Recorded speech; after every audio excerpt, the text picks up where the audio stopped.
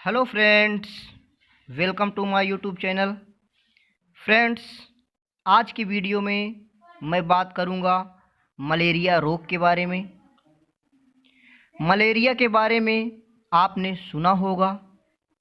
यह ऐसा रोग है जिससे मनुष्य कई वर्षों से लड़ता आ रहा है। इस वीडियो में मैं मलेरिया रोग से आपको अवगत कराऊंगा।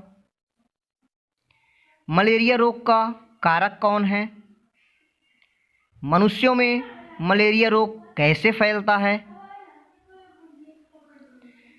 इसका लक्षण क्या है, मलेरिया की पुष्टि के लिए कौन सा टेस्ट किया जाता है, इसका इलाज क्या है और इससे बचने के उपाय क्या हैं। इन सभी बिंदुओं पर मैं बारी बारी से बात करूंगा। सबसे पहले मैं बात करूंगा मलेरिया रोग का कारक कौन है। मलेरिया रोग प्लाज्मोडियम नामक एक बहुत ही छोटा सा प्रोटोजोवन होता है जो मलेरिया रोग का उत्तरदायी है। प्लाज्मोडियम की विभिन्न जातियां हैं, जैसे प्लाज्मोडियम वाइवैक्स, प्लाज्मोडियम मलेरियाई, प्लाज्मोडियम फैलसीपेरम।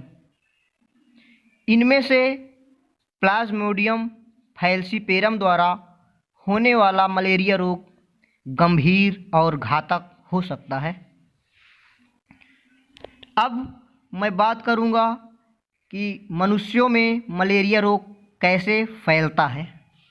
संक्रमित मादा एनोफिलीज मच्छर जब मानव को काटती है तो प्लाज्मोडियम का स्पोरोजोइट्स मानव शरीर में घुस जाता है और घुसकर प्रारंभ में यकृत में अपनी संख्या को बढ़ाते हैं और फिर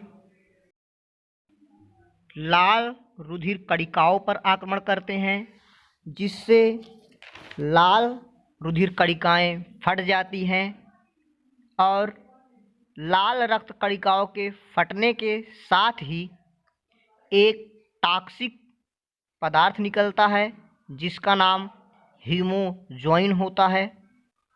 इसी के कारण व्यक्ति में ठंडक होती है, यानी कि बुखार आने पर तीव्र ठंड लगती है।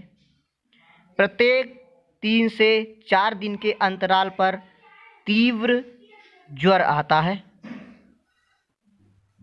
अब अन्य व्यक्तियों में इसी संक्रमित व्यक्ति को जब पुनः से मच्छर काटता है तो उसके स्पोरोजोइट मच्छर के शरीर में पहुंचकर संख्या में बढ़ते रहते हैं और लार ग्रंथियों में जमा हो जाते हैं। जब यह संक्रमित मच्छर किसी मानव को काटता है तो उसके स्पोरोजोइट मनुष्य के शरीर के अंदर प्रवेश कर जाता है और फिर वही प्रक्रिया फिर होता है, ठंडाना, बुखार होना। यहाँ दिलचस्प बात यह है कि मलेरिया परजीवी को अपना जीवन चक्र पूरा करने के लिए मनुष्य और मच्छर 2 परपोषियों की ज़रूरत पड़ती है।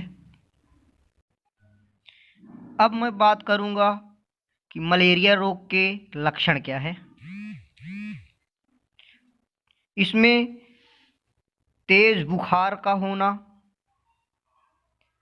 तेज ठंड लगना, शरीर में कपकपी होना, सिर दर्द तेज होना,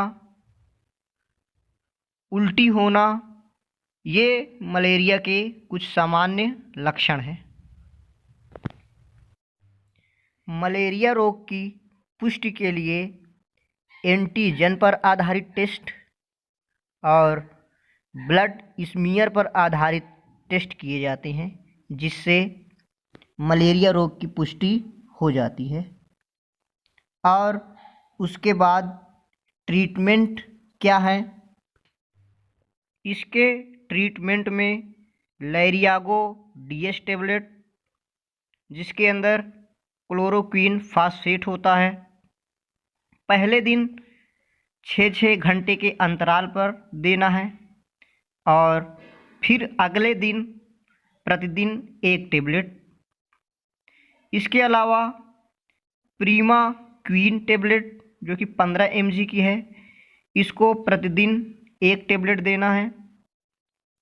इसके अलावा बुखार भी रहता है तो पैरासीटामॉल 500 mg, गैस बन रही है तो एसिलाक 150 mg, और यदि उल्टी हो रही है तो वोमिकाइंड टेबलेट दे सकते हैं। मलेरिया रोग की रोकथाम के लिए DDT के छिड़काव करने चाहिए, जिससे मच्छर नष्ट हो जाते हैं। इसके अलावा मिट्टी के तेल के छिड़काव से इसके लार्वा नष्ट हो जाते हैं। और अपने आसपास पानी एकत्रित न होने दें।